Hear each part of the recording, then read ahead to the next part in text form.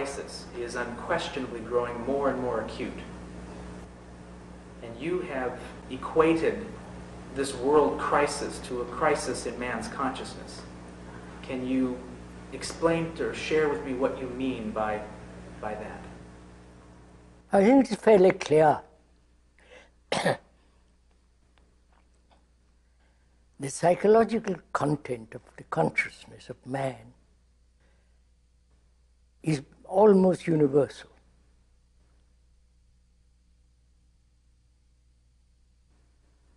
The content of one's consciousness is greatly similar to all other consciousness of mankind.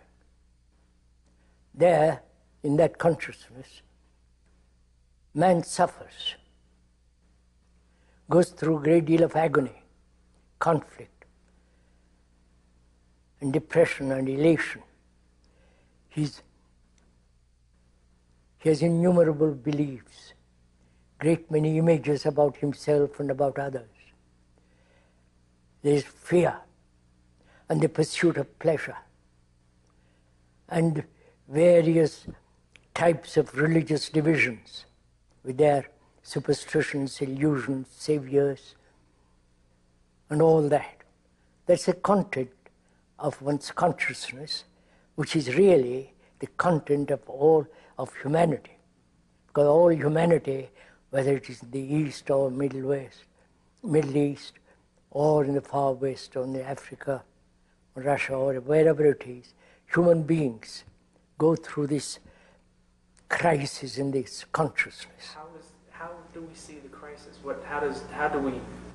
I'm still not clear of the relationship between the crisis in our consciousness and what we see. That's fairly clear, isn't it? Really, we want order outside in the world, politically, religiously, economically, socially. In our relationship with each other, we want order. We want some peace. We want some understanding. And if the inward psychological state is not orderly, not conflicting, not contradicting, if that state in consciousness is quiet, steady, clear, then you can bring about order in the world. Now what we are trying to do is try to bring order legislatively, nationally, and so on, order out there in the world, which has been proved over and over again that totally brings about disorder.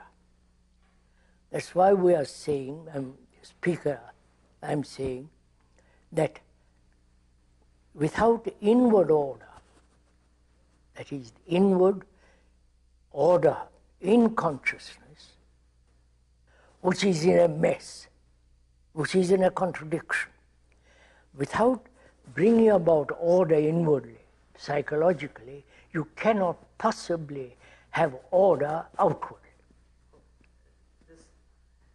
And the crisis is there. Within the crisis, national, economic, social, and so on. The crisis is not out there. The crisis is really inward. And we are unwilling to face that. You have said oftentimes that it is absolutely essential that man change radically. And yet for centuries, man has continued in the same old patterns, the same old traditions, the same old ways. What are the consequences? What are the consequences if he does not change? The consequences are very clear. Consequences are war. Consequences are constant wars throughout the world. I do not know if you realize that for the last 5,000 years, practically every year there's been a war. Killing each other, human beings killing each other.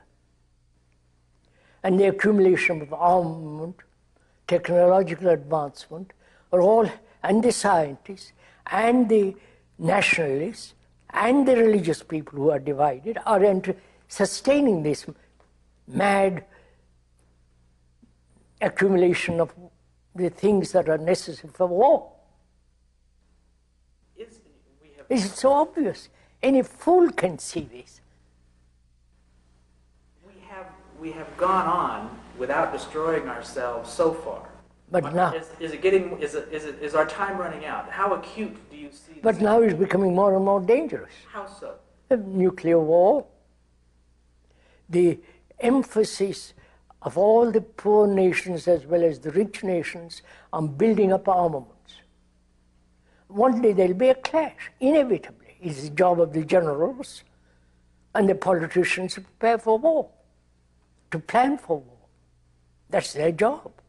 And so they're maintaining it. That's a class by themselves.